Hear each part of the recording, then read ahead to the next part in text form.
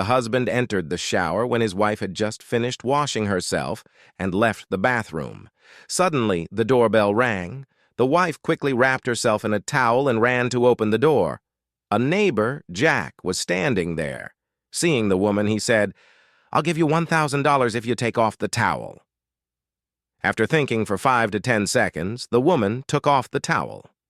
The neighbor looked at her, gave $1,000, and went his way. The wife again wrapped the towel around herself and returned to the bathroom. "Who rang the bell?"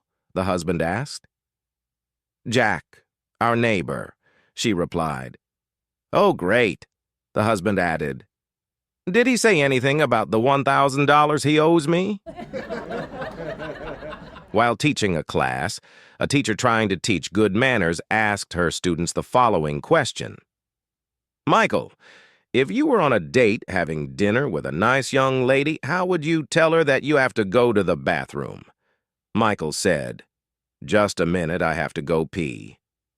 The teacher responded by saying, "That would be rude and impolite. What about you, Sherman? How would you say it?" Sherman said, "I am sorry, but I really need to go to the bathroom. I'll be right back." That's better, but it's still not very nice to say the word bathroom at the dinner table. And you, little Johnny, can you use your brain for once and show us your good manners? Johnny said, "I would say, darling, may I please be excused for a moment? I have to shake hands with a very dear friend of mine whom I hope to introduce you to after dinner." OMG!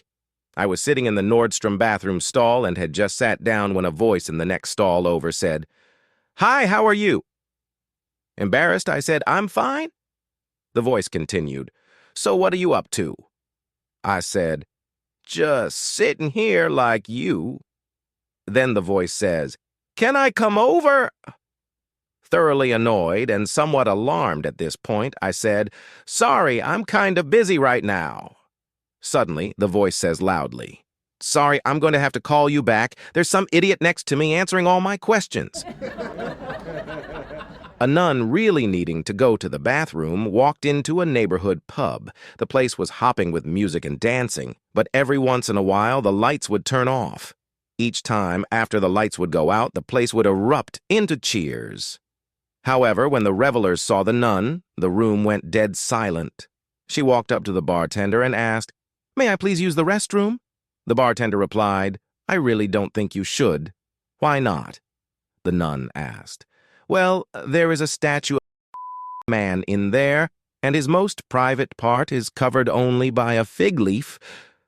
"Nonsense," said the nun. "I'll just look the other way." So the bartender showed the nun the door at the top of the stairs, and she proceeded to the restroom. After a few minutes, she came back out, and the whole place was hopping with music and dancing again. However, they did stop just long enough to give the nun a loud round of applause. She went to the bartender and said, "Sir, I don't understand." Why did they applaud for me just because I went to the restroom? "Well, now they know you're one of us," said the bartender. "Would you like a drink?" "But I still don't understand," said the puzzled nun. "You see," laughed the bartender, "every time the fig leaf is lifted on the statue, the lights go out in the whole place. Now, how about that drink, sister?" An attorney arrived home late after a very tough day trying to get a stay of execution. His last-minute plea for clemency to the governor had failed, and he was feeling worn out and depressed. As soon as he walked through the door at home, his wife started on him about, "What time of night to be getting home is this? Where have you been? Dinner's cold and I'm not reheating it."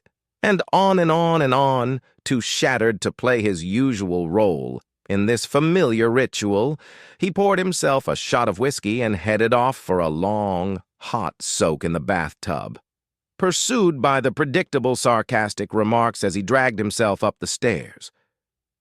While he was in the bath, the phone rang. The wife answered, and was told that her husband's client, James Edward Wright, had been granted a stay of execution after all. Finally realizing what a terrible day he must have had, she decided to go upstairs and give him the good news. As she opened the bathroom door, she was greeted by the sight of her husband, bent over naked, drying his legs and feet. "They're not hanging right tonight," she said. He whirled around and screamed, "For the love of God, woman, don't you ever stop!"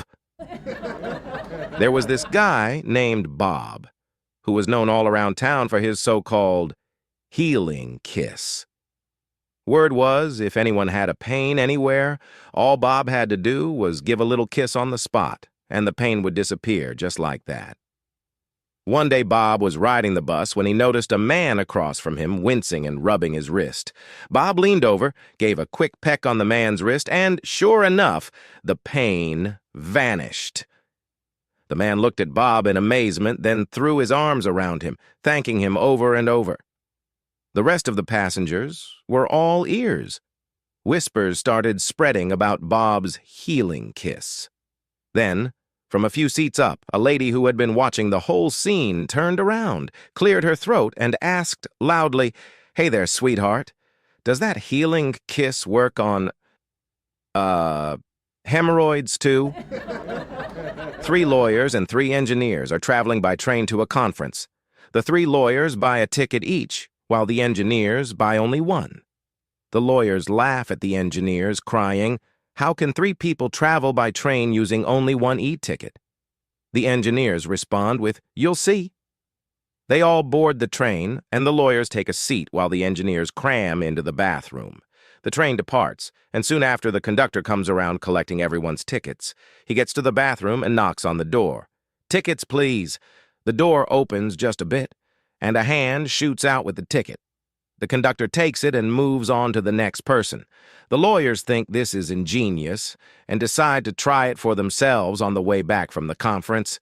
However, on the return home, while the lawyers were buying their single ticket, they noticed the engineers weren't buying any. They asked, "How are 3 of you going to travel without a ticket?" The engineers respond with, "You'll see." The lawyers cram into the bathroom, and the engineers cram into one nearby. Shortly after the train leaves the station, one of the engineers comes out of their bathroom and goes over to the lawyer. They knock on the door. "Tickets, please." A little boy wakes up one night and realizes he needs to use the bathroom.